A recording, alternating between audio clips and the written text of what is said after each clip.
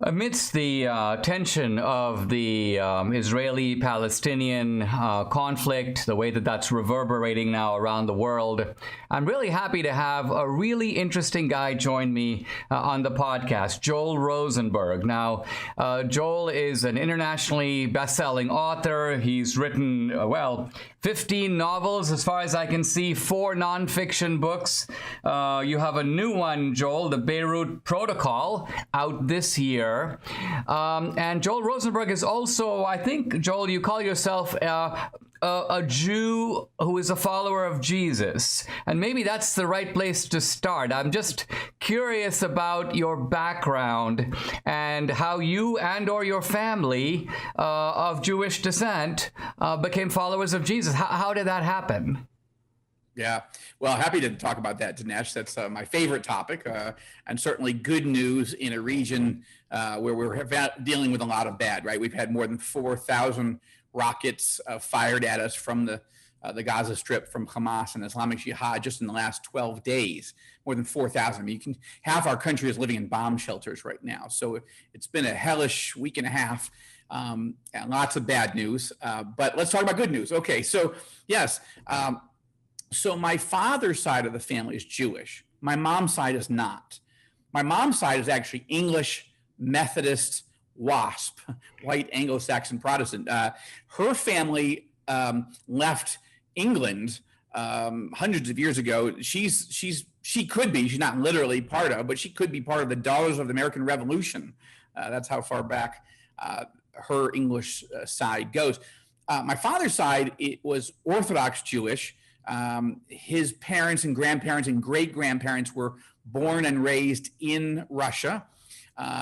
They escaped in the early years of the 20th century when Tsar Nicholas II was fomenting all kinds of pogroms, anti-Semitic attacks against Orthodox Jews, beatings, 60,000 murders, rapes, pillaging of and burning of their homes and so forth. So as Orthodox Jews, I sometimes make light of it a little bit just because of how horrible it was. But I say, if you were an Orthodox Jew in Russia in 1906, you had 2 options.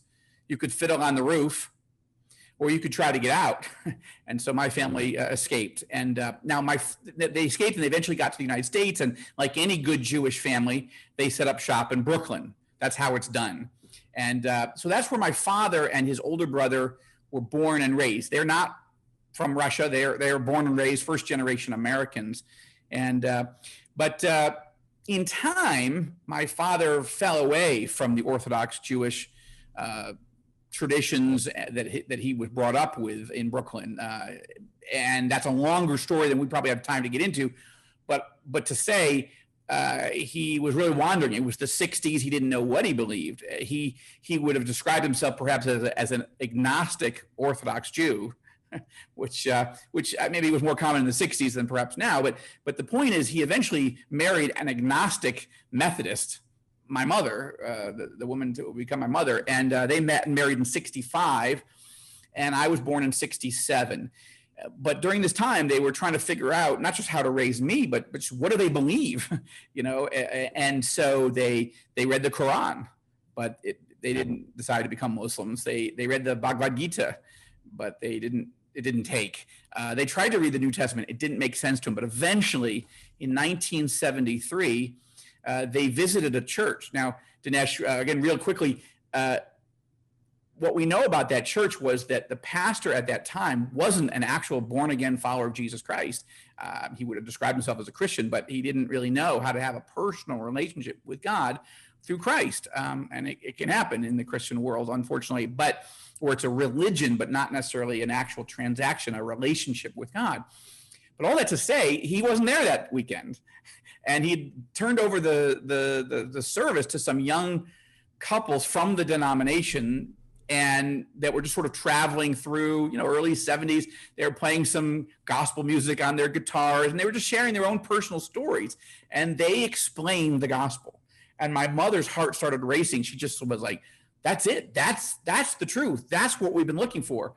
And there was an opportunity to ask questions after the service and to pray with them. And she had 1,000 questions. They answered them all. She prayed to receive Christ, turned to my father going, isn't this exciting? Couldn't find him.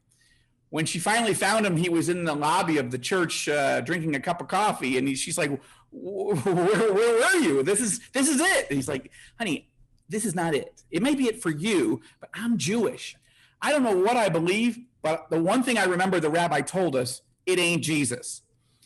But this set into motion for them a journey. And 6 months later, after going through the gospel according to Luke in a small group Bible study that my mom begged him to go to, my father became a follower of Jesus, the Messiah. And honestly, Dinesh, he thought he was the first Jew since the Apostle Paul that believed this. And in 1973, there really weren't that many Jewish people on the planet who believed that Jesus is, in fact, our Messiah. But and I was 6 years old when that happened. That was a spiritual revolution. It took a few years till it took for me, and really not until late in high school that I really wrestled it through for myself. But one thing it did convince me, not only was it true, and I wasn't just now believing it because my parents believed it and had been transformed. I could see the transformation. But it became clear to me, this being Jewish and being a follower of Jesus, this is not normal. It's normal in the New Testament, but it isn't normal in society. And so why has the Lord shown me so much mercy? What responsibilities do I have to my people, to my King, my Lord and Savior? Because I'm one of the relatively few at that time of Jews who believed in Jesus. And so, yeah, I wasn't really raised in a messianic culture. That's almost a subset of American Christianity, or global Christianity. Theologically, it's the same. I would describe myself as an evangelical. Very interesting. I mean, when I think of myself, for example, I would be part of you would say the Gentile community that through my ancestors and then later through my own choice embraced Christianity, but I don't have that direct lineage to Judaism. It seems to me that your Christianity is anchored just as much in the Old Testament as it is in the New, right? Well, absolutely. I mean, one of the things we had to wrestle through was, is Jesus, in fact, the fulfillment of all these hundreds of prophecies that were laid out by the ancient Jewish prophets? Now, obviously, the Pharisees in Jesus' day did not think that. And obviously, the vast majority of rabbis in our day don't think that. In fact, they're hostile, and some of them. Some are happy that Christians love Israel and love Jews and are on the cutting edge of fighting anti-Semitism and defending Israel and so forth. But they are not comfortable with a Jewish person who believes in Jesus. A ministry that I helped start with my wife a number of years ago, we helped fund a project a few years ago, a massive benchmark survey with Lifeway Research, the research arm of the Southern Baptists. And the project was to look at how do evangelicals see Jews, Israel, prophecy, Palestinians, so forth. But part of that survey studied what percentage of the American evangelical community has Jewish roots, Jewish parents or grandparents. And what we discovered was stunning. I mean, it was groundbreaking, that there are 871,000 evangelicals in the United States that have Jewish parents or grandparents. This is 4 times more than any number that anybody in the Jewish ministry world was thinking was the truth, and this is exciting. What it's telling us is that in the last 20 years or so, 25 years, but mostly really in the last 10 to 15 years, we are seeing a tremendous awakening going on in the American Jewish community. We're seeing it less here in Israel, though the numbers are growing, and worldwide. Worldwide, we're at about 1 million followers of Jesus from the Jewish community. And given that the world Jewish community is around 15 to 16 million, that's a stunning number and a stunning percentage. We've never seen that in the history of Christendom. Well, Joel, this is fascinating.